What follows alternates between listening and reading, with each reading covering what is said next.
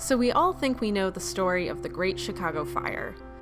Mrs. O'Leary was milking her cow late in the evening of October 8, 1871, when the cow knocked over a lantern, which quickly ignited the surrounding hay, and the rest is, as we say, history, right?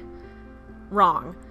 That story, as well as other similar stories, has proven to be a myth. I mean, no one milks their cows at night, right? The fact is, Chicago in 1871 was ripe for a huge fire. The city was built primarily out of wood. Wooden houses and buildings were built very close together. Wooden sidewalks were elevated over muddy streets, and a dozen wooden bridges spanned the Chicago River. The spring and summer of that year brought little rain, creating unusually dry conditions that made all of this wood dry.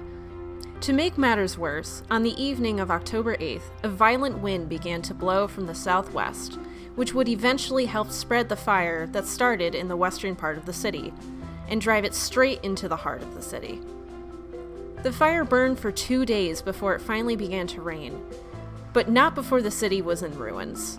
Nearly 300 people lost their lives, and more than 90,000 were left without shelter, food, water, or anything besides what they were wearing.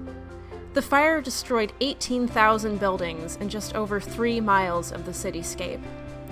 By the way, the fire did indeed begin modestly in the cowshed behind the O'Leary's property, but likely by one of their tenants who discarded a lit cigarette during a family celebration of the recent arrival of a relative from Ireland.